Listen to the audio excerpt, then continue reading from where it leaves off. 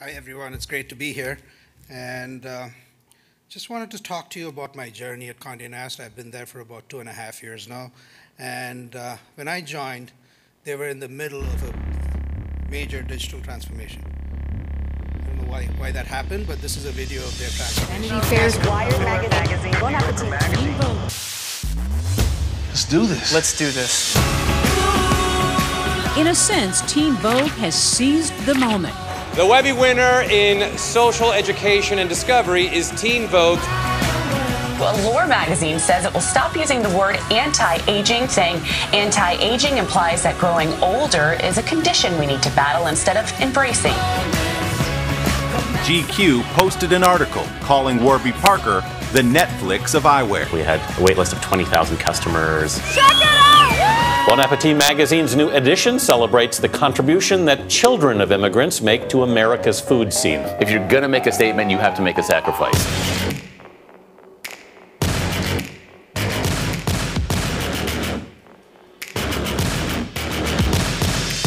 The goal for Wired is to make it a magazine about change. We have a look inside Wired magazine's cover story about Facebook. They should have known, though, or they could have known. The New Yorker publishing a bombshell report about Weinstein. Reporting at the New Yorker helped spark the national conversation about sexual harassment. How are you feeling today? So excited because I've asked to do this like 100 times and now I'm finally doing it. Biggest achievement, this. Definitely this. Biggest night in fashion, the stars out in force at the Met Gala, and the force behind the night, the legendary Vogue editor, Anna Wintour.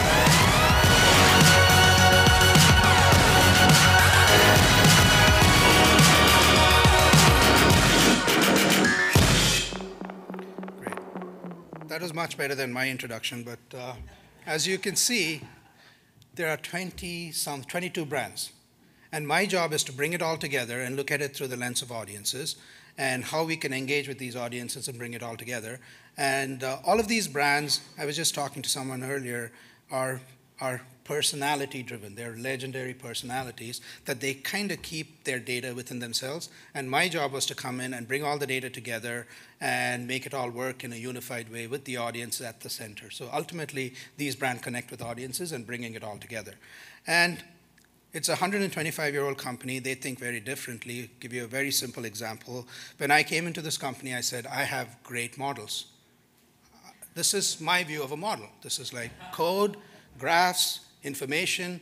And I was like talking to people, and I was saying, oh, look at this. We have these nice models and all of them. And models for them are these, right? So when they think about models, they think about this. And we're having a conversation for about 5 minutes. And then I realized, we're totally not connecting. So this is kind of the world we live in at Conde Nast. At least that was what it was 2.5 years back. And then it started from the foundation. We had to start from the foundation, educate people, bring them all together, and kind of understand. And that was my experience there. So this is a chart I've used a couple of times at Conde Nast to say, kind of depict the evolution of where we want to be. So at the beginning when I joined, we were pretty much in the what happens space, which is ad hoc reporting, Excel spreadsheets, you know how businesses are run. And I was trying to get them to a place where optimization and all the platform companies, the engineering-oriented companies are doing this. So we, as a legendary publisher, great, but we're really competing with other companies in the new world, like the Facebooks and the Googles of the world, which are engineering-driven, and they're all focused on optimization. So that was kind of my journey at Conde Nast, and then this is how it all started. So to give them an idea of how things work in the new world, and I talked about the education gap, or the gap between my world and the world I walked into, I gave them an example. I said, this is a person's profile on Facebook. Again, this is about 2.5 years back. Things have changed. Cambridge Analytica is now a different world from when I started 2.5 years back. But this is kind of giving them an idea of how you can personalize your audience's experience. Let's assume somebody posts an engagement photo on Facebook. Immediately, they follow it up with some honeymoon destinations. They have some ads on wedding menu items. If a person is interested in healthy foods, which is not me, you can show some organic foods. There is other travel ads, and there's a beauty ad. So it surrounds the person based on that user profile, because Facebook's primary goal, or any other platform company's primary goal, is to they're in a never-ending quest to understand the audience. It's all about the audience, because they don't have content, they don't have brands. It's about audiences and understanding audiences one by one. That's the key point. They understand everybody one by one. It's not about audience segments. Traditional publishers, on the other hand, build big segments of audiences. They execute campaigns, and then we hope for the best. So that's kind of the world we were living in. So to transform that was my primary job, and that's kind of what I've been doing. And to give you an idea, meaning this is something I've talked to people about, is we are in the business of connecting audiences to marketers. We use content as our magnet to do that. So if you're constantly thinking in that ecosystem, you really cannot make much progress. You have to take that audience content connection to make money. Ultimately, we're in the business of making money, and then build data products over that which enable people to connect to their audiences in a data-driven way. And then take that a step further, and if you can make that data product a much more of a marketing solution kind of thing, that generates more money. So it's a cyclical thing. You go from one cycle to the other, and this is kind of how I presented it to them, and enable them to actually invest in the whole transformation project from a data side, from my side. Okay? So as far as audiences are concerned, Conde Nast is, like I said, 22 different brands. They generate a lot of audiences. We have about 125 million UVs who come online. We have about 175, close to 200 million followers now. And last but not the least is the print circulation, which gives you physical home addresses of people living, and that generates a lot of email. So we have a huge audience base. So the audience is not the issue. It's about how do you monetize, connect, leverage the audience. And when you have these kinds of iconic brands, although they might be old in some cases, it's very beneficial to connect with these audiences. And how do you take a platform to do that? So from a data perspective, I look at things through the data lens. This is kind of what we have. We have subscriptions, we have emails, we do a lot of surveys. We have a huge email database, and an email is a very important asset for us because we can actually push information to people, and if you can personalize the email, you know what they're clicking on, and more importantly, which people, very few people talk about, is what they're not clicking on. If you send them an email, half of them open up an email, or the other half don't, and you get so many important signals about what people are not doing, which is a very rare thing to have. When you're pushing content, or if you're driven, let's assume, through the user always searches for something on Google. You know exactly what they're searching for. You don't have no idea what they're not searching for, right? On an email, you can actually get that signal. It's a huge asset, and we've leveraged that quite a bit to look at what people are not searching for. And then we talk about online social media data. Like I said, we have a lot of followers. This leads to a ton of behavioral data. So we have behavior, and once I start looking at it through this lens, it's no longer about a brand. It's about the audience. Now you have audiences connecting with brands, looking at behaviors, doing all these things, and bringing it all together was important. And the last but not the least, which is our foundation for the Spire product I'll talk about in a moment, is the whole transactional piece. So we understand the audience through what's happening online, but what are they doing offline? Because it's an important factor. So we aggregated segments of credit card, debit card data through a company called 1010, and other clickstream data of what you're doing off network, e-commerce, for example, using a partnership with a company called JumpShot. We are now aggregating all of this information to not just look at what people are doing online, also look at what they're doing offline. So going back to my segmentation example, we assumed before all this happened that everybody who visited Vogue was in market for a Louis Vuitton handbag. We know it's not true. If they sell so many handbags, they probably would be much bigger than they are. So we needed to look at every individual, understand them one-on-one, and this was the data infrastructure this was the foundation of the data infrastructure. The whole thing here was bring all the data together, bring it into a unified place where you're talking to audiences, you're not talking to brands. You're looking at it through the lens of brands, but much more on the audience side. And then we needed to build a data platform to enable all of this to happen. And this is very important from my perspective as we start looking at it through the lens of platform companies. You need to identify and reach these people when they're in your site, in the market for something. Typically, traditional publishers aggregate the data overnight and then reach their people the next day. But that's great if you're in a healthcare website. I was at Everyday Health in my previous life. And if you're diabetic for many, many years, meaning sometimes mostly for your whole life. So it's okay to be one day late, but if you're in the market for a shoe or a ticket to a travel destination, you cannot be a few weeks late. It just won't work. So to build that infrastructure was the primary goal. So how we did that, I'll quickly go through this. Everybody who visited the Conde Nast site had an ID. It was called the Infinity ID. And then if you visited a site on a mobile device, you get a different ID. But then we partnered with companies like Drawbridge and Tapad, and the fact that we had an email asset to bring it all together and build a unified view of that audience, of that person, rather than looking at it through the lens of IDs. Next we built our own analytics suite called Spire to understand what they're doing on site. Are they hovering over an image? Because we're very different from every other site, meaning every site is different. You have some are image-driven, some are video-driven, some are long-form content-driven like New Yorker. You need to understand the user's profile through what they're doing. And then the biggest asset we have is content. So we needed to understand the content in a very rich way. And the advantage publishers have is your content is created by your editors or your staff. It's not like you just post content from somewhere else. You don't need a ton of NLP, but we did build an NLP stack using the Stanford NLP stack, and we built that.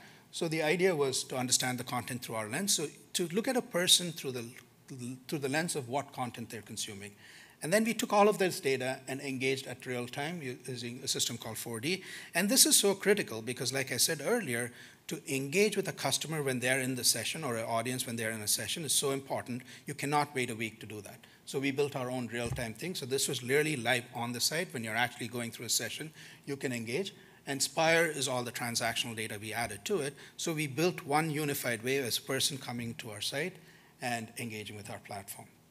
So that's what Spire is. Basically, it's taking all our data, putting it into our system, and then reaching these audiences across all the different mechanisms of distribution, not looking at it through the lens of one brand or the other, but mostly looking at it through the lens of audiences. So this was our data product.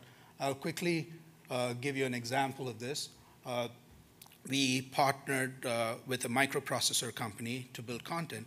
And we have a branded content studio called 23 Stories that built the content. But the unique thing about this specific example is we went and told the client, this is the segment of audiences that are interested in buying computers.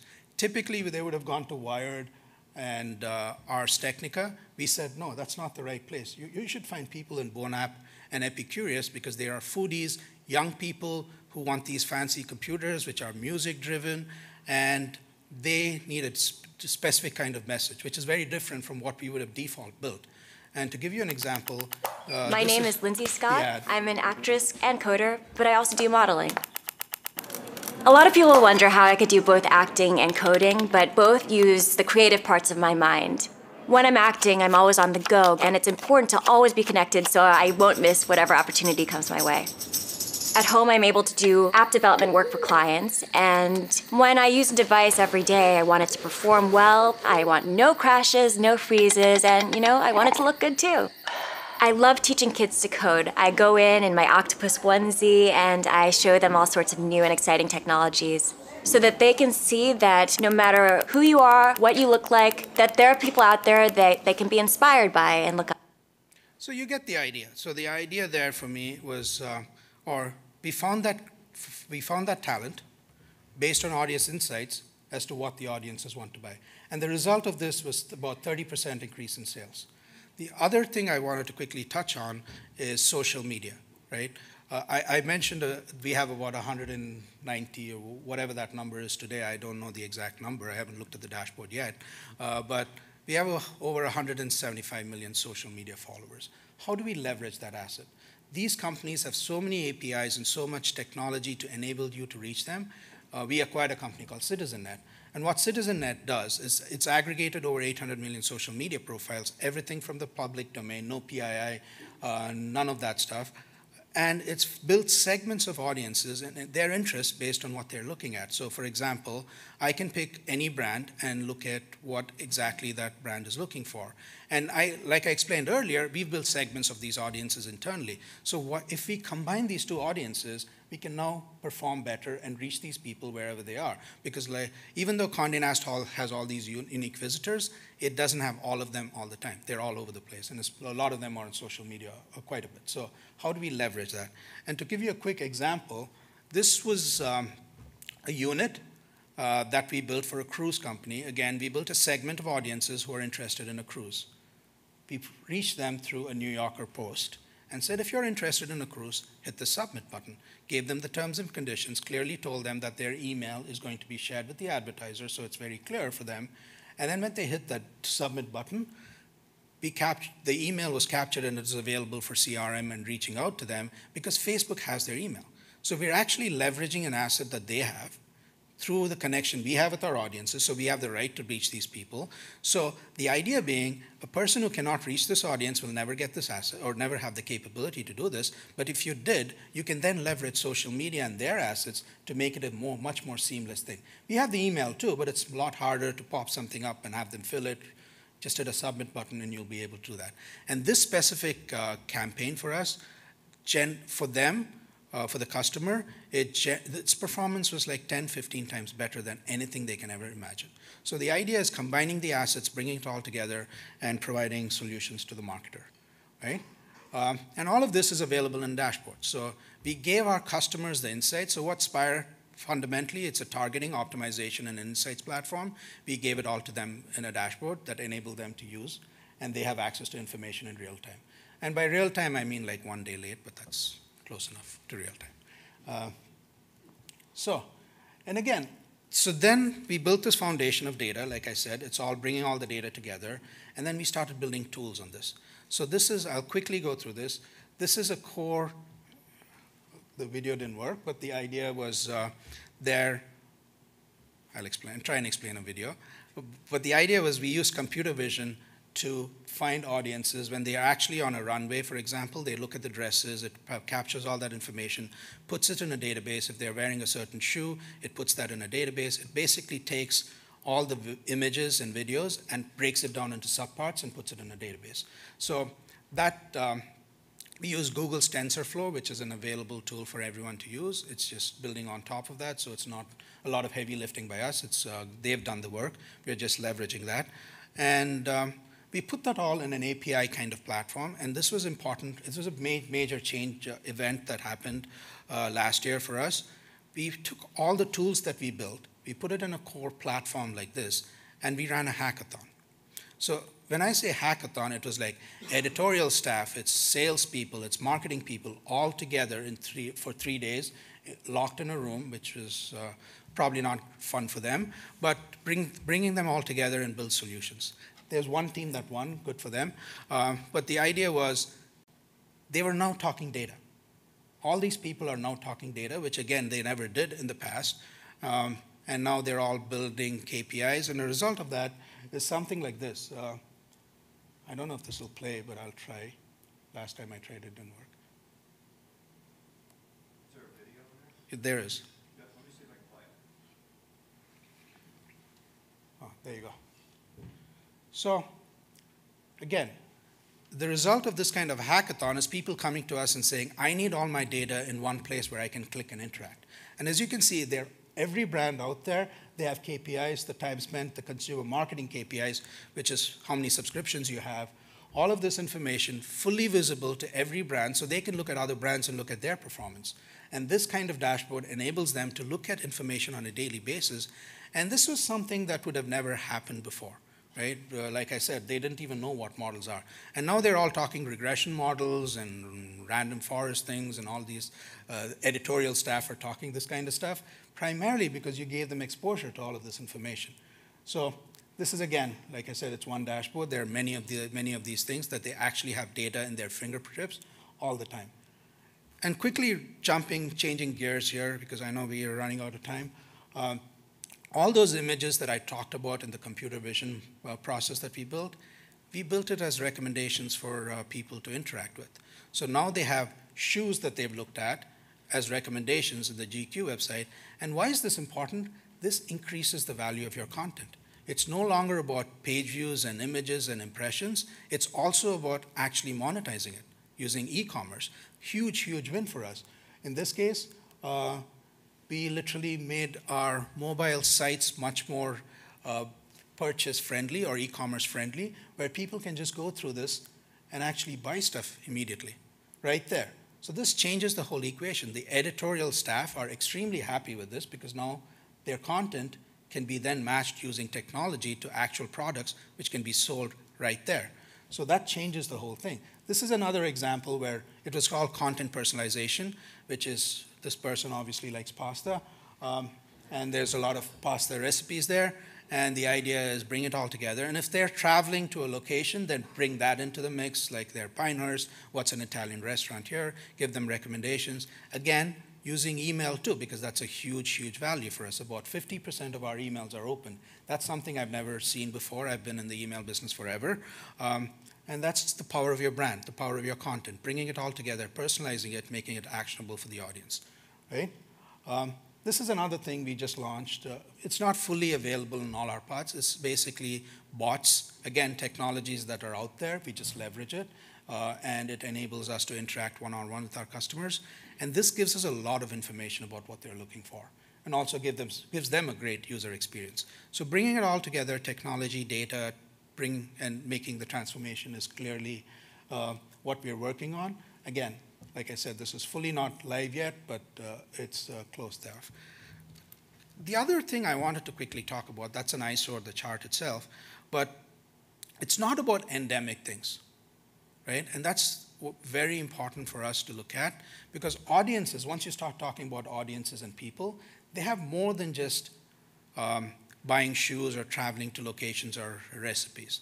So once you start looking at that, you start looking at what they're actually needing. Right? And this is an analysis we did to understand our audiences, and this enabled us to find that they have health condition needs, which again, they're humans, they need health care. And this kind of gave us a very interesting preview into our audiences, and once you have the data infrastructure to do that, you can understand things that are not very endemic to your properties and actually act on it. So this is the audience data about health conditions, and last year we launched a whole health division, Conde Nast Health, using the Spire platform that enabled us to reach people in a healthcare-oriented way when they're not thinking about healthcare. If they go to Everyday Health or WebMD, they're in a very endemic health experience, which is talking about their healthcare and their needs. This is much more interesting to them. And this thing has completely transformed the way we do business. And we have pharma companies. It's basically, to put it simply put, we have more demand that we can cater to in a business that we've never thought of ever before, right? And that's what data can do for you. If you look at data in understand your audiences through the lens of data, it can tell you what you need to do. And I'll quickly play I realize she's a robot, some of the examples of the content we're building. Feel that she cares, like she said, I'll call your doctor, and that's like something that a friend would do for you. Everything you do to help yourself makes you stronger. I'm strong. Start always with a clean face. Take care of a condition that I have called vitiligo. You would know if you had type 2 diabetes. I didn't know. There's the pill. A condom. There's the ring. The Nuva ring. See, I know about them. I don't necessarily know what they're called. I'm HIV positive, and I'm a trans black woman. And this is a letter to my body. So the hardest part about buying jeans for me is that I have a condition called lipidemia. Not cry, don't cry. You have diabetes, high blood pressure, and high cholesterol. Are you kidding me? I was found positive for the BRCA gene 1 mutation. So I have chosen to go through with a double mastectomy.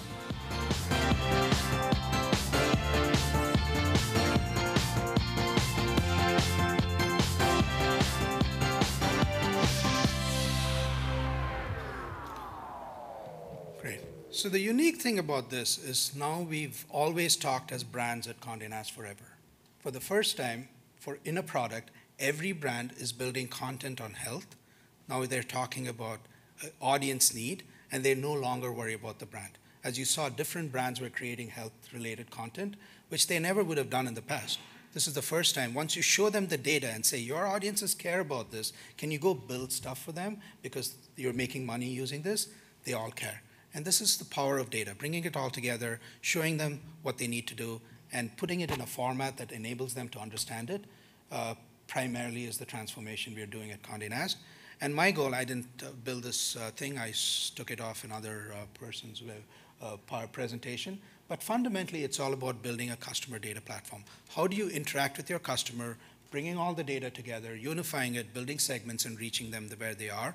And the most valuable thing I think we have as publishers is the whole idea of a response loop, right? The fact that you can actually look at them, engage with them, find out what they're doing, and then take this data back to your editorial staff to then build things like I showed you in the healthcare example to bring it all together. We have connections with our audiences, using our brands, using our content, and this enables us to kind of win in this space, using the power of technology, the power of brands, and the content, and bring it all together. So with that, I'll just give you my contact. Anybody who wants to reach me, I'm always available, looking for ways we can partner and help. Wonderful, Karthic. Thank you very much. We have time for questions. Karthic? I wanted to ask about the bot piece. Is that also being tied back to a personal ID, so interactions at the bot level? No, nothing is personal here. It's all about segments of audiences. Okay. So everybody has an individual, like I said, a digital ID. We don't know who they are. Mm-hmm. We could, but we chose to separate it, to separate PII from actual ID so that we don't have to deal with the crazy things like, for example, GDPR now. It's not fun. Well, and I wanted to draft a little bit off of this theme of brands, because brands have always been so important to Conde Nast, but also content, also editorial environments. And I mean, Vogue and New Yorker are famous as sites that sort of have maintained that that magazine environment, that whole continuous feel. So I'm curious how these programs that are focused more on audience than on either environment or brand, how that squares with Conde Nast's long tradition of sort of design coherence, immersion in a particular coherent look and feel. When I mean, you mentioned, for instance, that you can touch people who with health data, with health offers in places where they aren't necessarily looking for health. Well, that sort of creates tension with the idea of context and brand. So what sort of discussions are going on in Conde Nast about that? So I think, meaning our focus here is to coexist. So the front-end presentation layer of all these brands online, for example, and the magazines themselves, they have the brand voice. No question about that. New Yorker looks very different from Vogue, which looks very different from Bon Appetit and Traveler. So we've maintained that our infrastructure is created in such a way that the brands have control over how the user looks at their brand. Right? What we're supplying them is information about their audiences and telling them, this is what your audience wants, you decide how you want to interact with your audience. So it's about giving them a platform to go. For example, in the healthcare space, we said, look, your audiences have depression. Now these are companies that care about depression. Can you write some content around this if you want to capture revenue for your brand? Right? It does deal with it from a revenue opportunity, and then the editorial staff then decides whether they want to play that game or not. And I'll tell you, 9 out of 10 times, they'll do it in their own voice. Right? All of these things are very different. Wired had a robot, Bon App had food, and they look at it through different angles, but they coexist. So fundamentally, that's the conversation. And I think over time, though, people are much more open to this kind of collaboration, because there is certainly pressures in terms of monetization that enable them to work together. And what's the nature of the interaction between your group and the editorial group? How is that structured? Are there regular meetings for this? Is it happening mainly through the dashboard? It's mostly through the dashboard. We meet with them. And again, they take control of the dashboard too, that those KPIs were defined by them. We did not define it for them. We said, what makes you successful? Tell me what you need. We'll put it in a dashboard so you can look at it. So they have total control. And by doing that, they feel ownership. And we interact through the dashboard, but there are a lot of sessions where we talk to them, understand their needs, and then put it in a format, and they own that. That's their own platform. We just build it for them. Karthic, thank you very much.